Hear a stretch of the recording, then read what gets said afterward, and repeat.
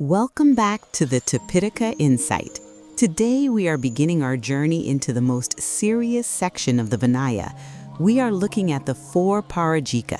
Yes, and the word Parajika itself carries a heavy meaning.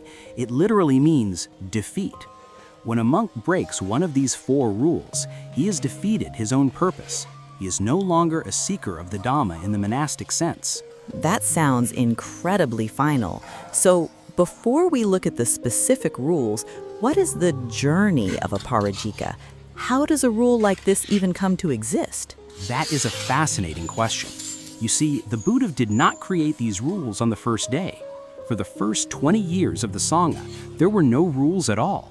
The community lived in perfect natural harmony. Wait, no rules for 20 years? That is amazing. So what changed? As the community grew larger and more diverse, certain individuals began to act in ways that caused harm.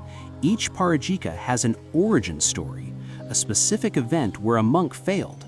The Buddha would then gather the community and say, for the sake of the future, this path is now closed.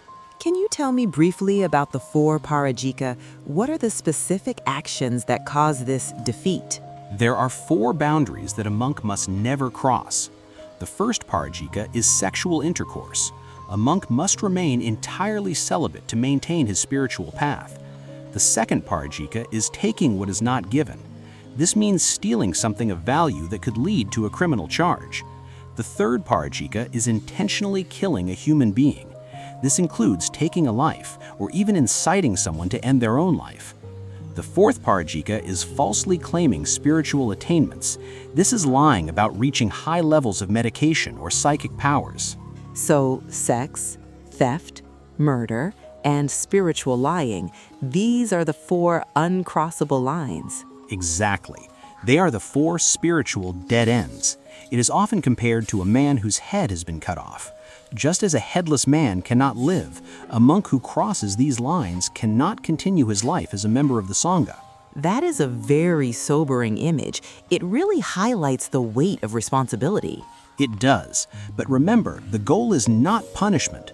The goal is to maintain a community of the highest integrity, so that when a layperson looks at a monk, they see a person who is truly restrained and dedicated to peace. I understand now.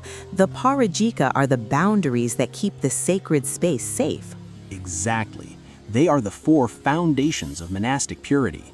Well, in our next episode, we will begin our deep dive into the first Parajika.